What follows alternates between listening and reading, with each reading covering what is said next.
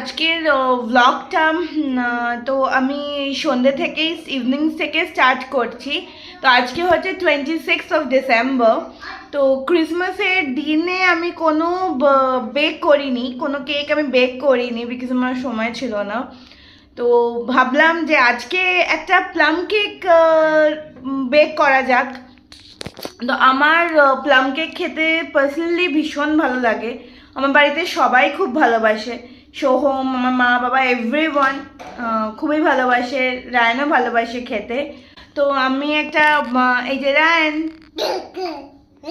তো আমিও একটা কেক আজকে বেক করবো। আজকে মানে সময় পেয়েছি, তো সকাল থেকে সময় পাইনি বলে ব্লগটা স্টার্ট করতে পারিনি।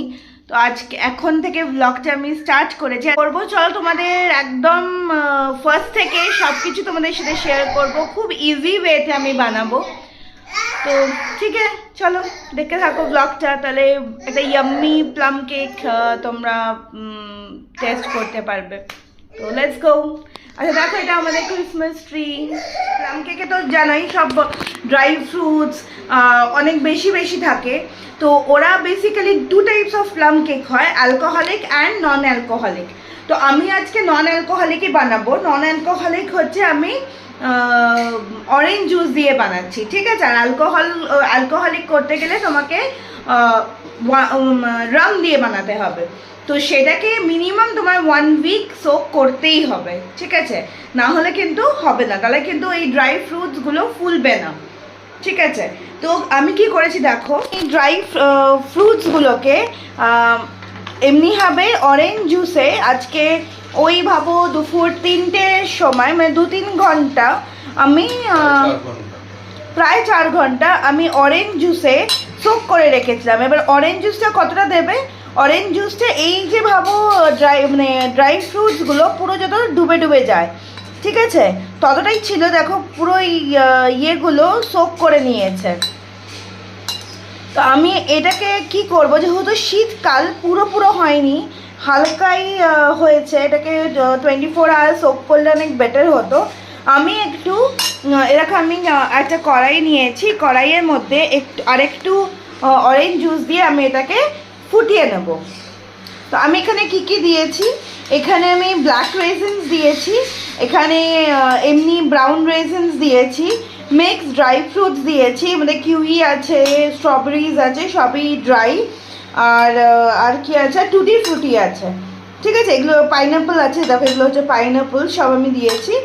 আর এগুলো সোক করে রাখার পর আমি কি করছি এবার দেখো, কড়াইটা দেখো গরম হয়ে গেছে। আমি ফার্স্ট এখানে একটু জল দিয়ে নিলাম, একদম অল্প, মানে এই কাপটার এতটা, ঠিক আছে, জল দিয়ে নিলাম।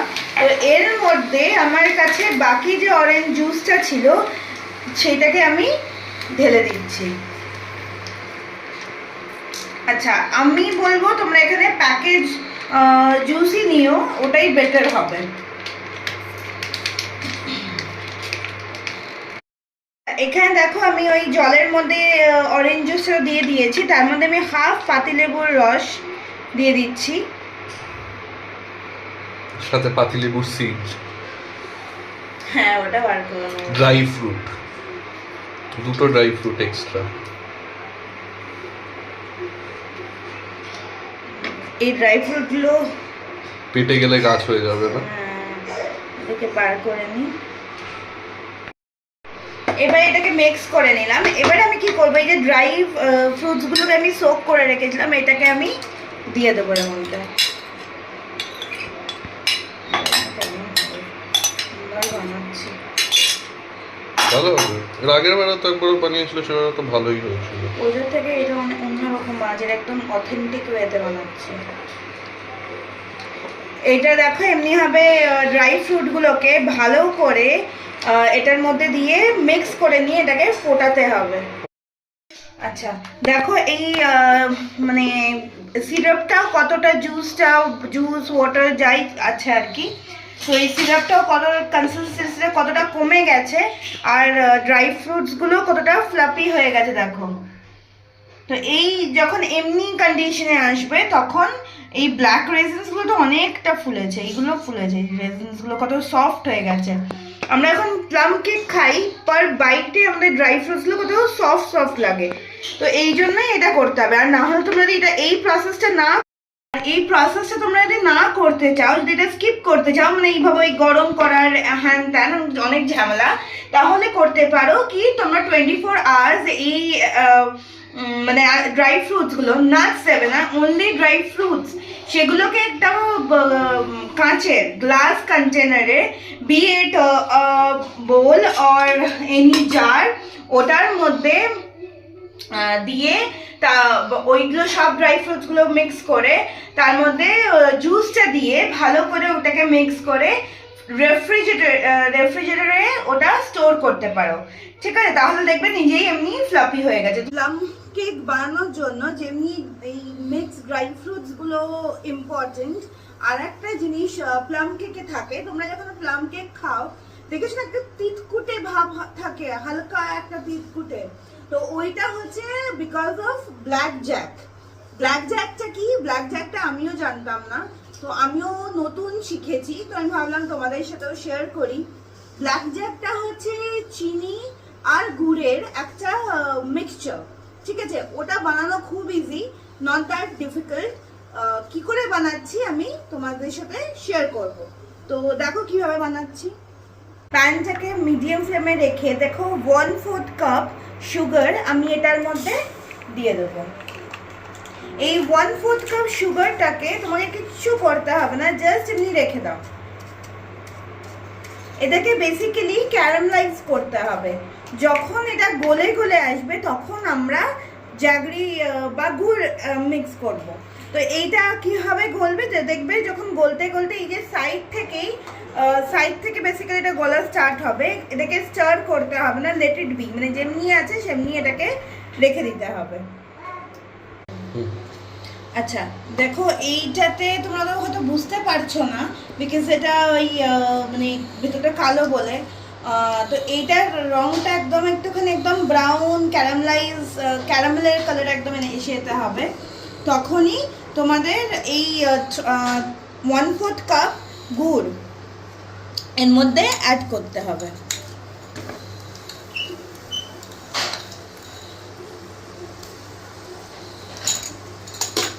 দিয়ে এবার এটাকে ভালো করে স্টার করতে থাকতে হবে, না হলে কিন্তু তলায় ধরে যাওয়ার চান্সেস আর ভেরি হাই। আর এটাকে স্টার করতে করতে করতে করতে এটা এখন একদম কালো হয়ে যাবে, সেই স্টেজ অবধি এটাকে, হ্যাঁ হবে তো, সেই স্টেজ অবধি এটাকে কুক করতে হবে।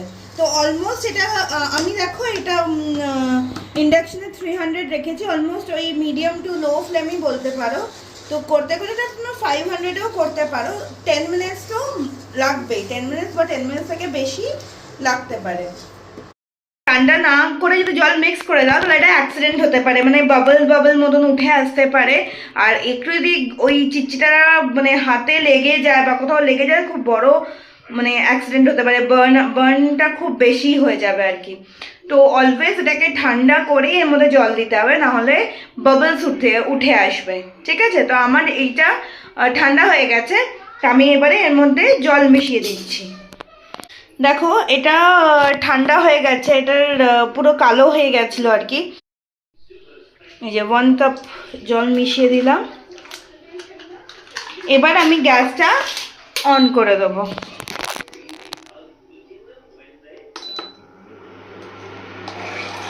দিয়ে আস্তে আস্তে এটাকে স্টার করতে হবে। এখানে পুরো জমে গেছে, এইটা এবার একদম সিরাপ জমে গেছে বাবা, এত শক্ত হয়ে গেছে। এবার এটাকে স্টার করতে করতে করতে করতে এটাকে এখন গলে যাবে, এটা সিরাপ কনসিস্টেন্সিতে আমাদের নিয়ে আসতে হবে। আচ্ছা এবার দেখো ওইটা মানে লিকুইড যখন ওই সিরাপ কনসিস্টেন্সিতে ছিল জল ঢালার পর, তখন আমি নামিয়ে নিয়েছি। ওটা নাড়াতে নাড়াতে আমার অলমোস্ট ওই 20 মিনিটস লেগেছে। তো এটাকে একটু ঠান্ডা করতে হবে, ঠান্ডা করলে দেখো এমনি আস্তে আস্তে জমে যাচ্ছে জিনিসটা, আশা করি তোমরা বুঝতে পারছো। এটা আরেকটু জমবে, মানে যত ঠান্ডা হবে তত জমে যাবে। আচ্ছা, ফার্স্ট আমরা আগে ড্রাই ইনগ্রেডিয়েন্টসগুলো নিয়ে নিচ্ছি। তো ফার্স্টেই দেখো আমি 1.5 কাপ ময়দা নিয়েছি, আর এমনি একটা বোল নিয়েছি, বোলের মধ্যে একটা ছাঁকনি নিয়ে নিয়েছি। তো সবই এই ছাঁকনির মধ্যে আমরা দেবো, যাতে কোনো যদি লাম্পস থাকে বা কিছু থাকে তো সেইগুলো মানে ছেঁকে যাবে আর কি। আমি দিয়ে দেবো 1/4 টিস্পুন সল্ট, teaspoon that লবঙ্গর powder, half teaspoon ginger powder, half teaspoon দালচিনি পাউডার, আর 1/4 টিস্পুন তোমার nutmeg powder, 1 teaspoon baking powder,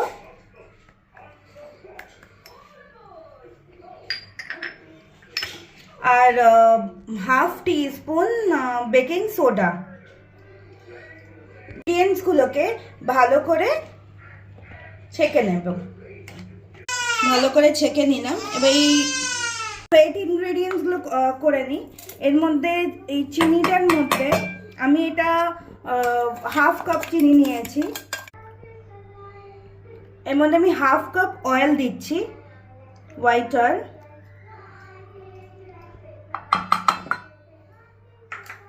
এটাকে ভালো করে মিক্স করে নিতে হবে দুটোকে। এর মধ্যে আমি দেখো এটা ভালো করে মিক্স হয়ে গেছে।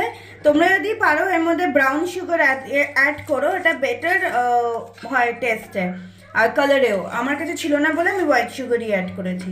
আচ্ছা, যে ব্ল্যাক জ্যাকটা আমরা বানিয়ে রেখেছিলাম সেটা 1/4 কাপ ব্ল্যাক জ্যাক তোমাকে এর মধ্যে দিতে হবে। তো এটা একদম স্টিকি হয়ে যায়, তো এটা আস্তে আস্তে তোমাকে মিক্স করতে হবে।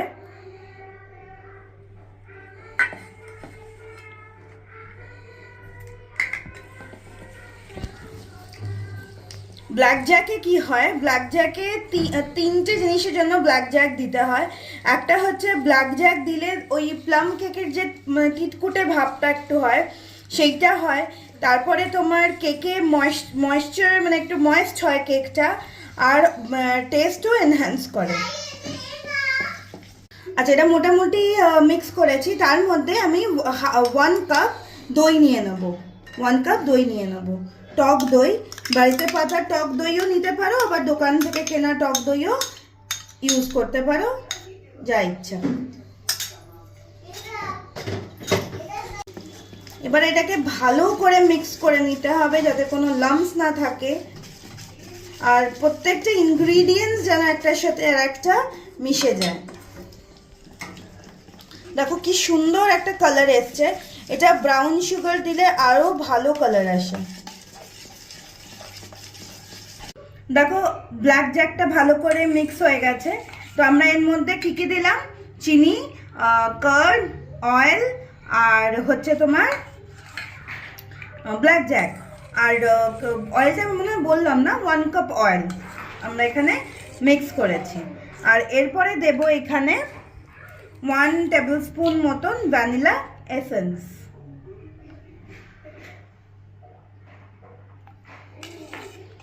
তো সব ওয়েট ইনগ্রিডিয়েন্টসগুলো মিক্স করার পর এখানে ড্রাই ইনগ্রিডিয়েন্টসগুলো দিয়ে দিচ্ছি।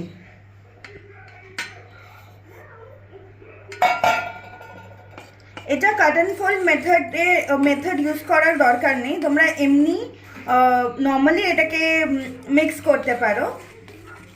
জাস্ট দেখতে হবে কি কোনো এয়ার বাবলস বা কোনো লাম্পস না থাকে।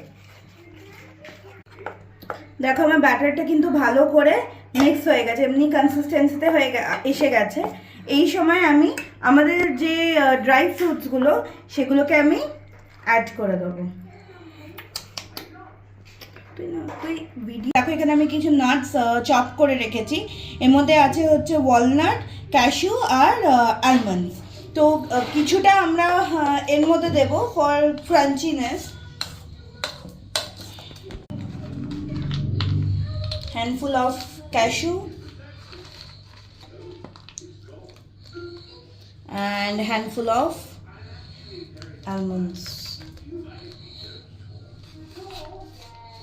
এটা একবার ট্রাই করে দেখো, ভীষণ টেস্টি হয়। এটাকে ভালো করে মিক্স করে নিতে হবে।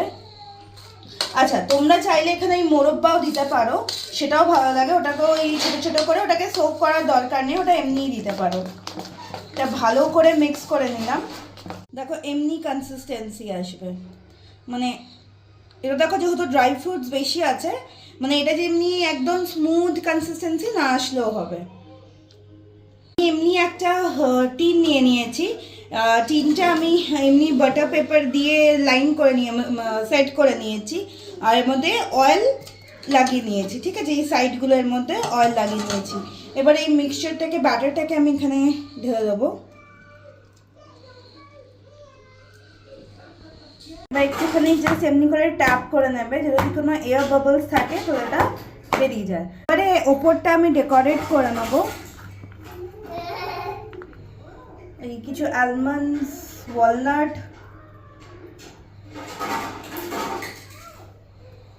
আমিও দেবো একটু ডাচ।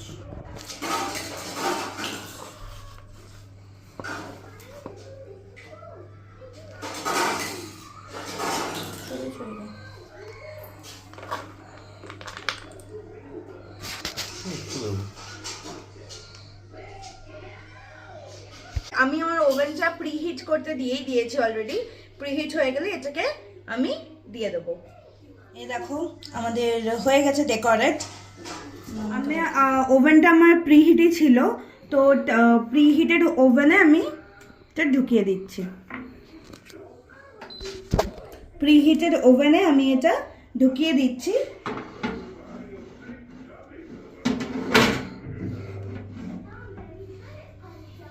ওয়ান 155 ডিগ্রি টেম্পারেচারে ফর 1 আওয়ার এটা স্লোলি কুক হবে, যাতে ইভেনলি পুরোটা ওপর নিচে পুরোটাই কুক হয়ে যাবে। তো আমার অল টোটাল টাইম লেগেছে 1 আওয়ার 20 মিনিটস। তো দেখো হয়ে গেছে কেকটা। তো rich fruit cake kind of হয়েছে, রিচ ফ্রুট প্লাম কেক। আমার দেখেই লোভ লাগছে, আমাকে বললো এখন দেবে না। এখন খাওয়া যাবে না, এটা ভীষণ হট। এটা ঠান্ডা না হলে খাওয়া যাবে না, ঠান্ডা হোক তারপরে ডিমোল্ড করে আমি দেখাচ্ছি। এটা হচ্ছে ফাইনাল প্রেজেন্টেশন। দেখো আমি এর ওপরে একটু আইসিং সুগার দিয়েছি ডাস্ট করে, দেখতে ভালো লাগে আর কি। তো চলো কেটে দেখা যাক কেমন হয়েছে কেকটা।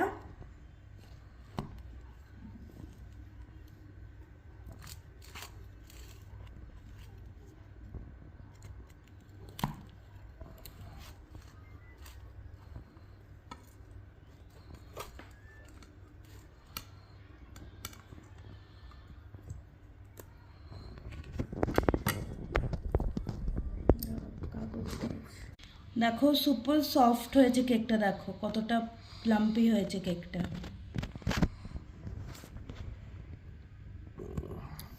ঠিক আছে, চলো আজকে ভিডিওটা এখানেই এন্ড করছি। আশা করছি তোমাদের আমার ভিডিও ভালো লাগছে।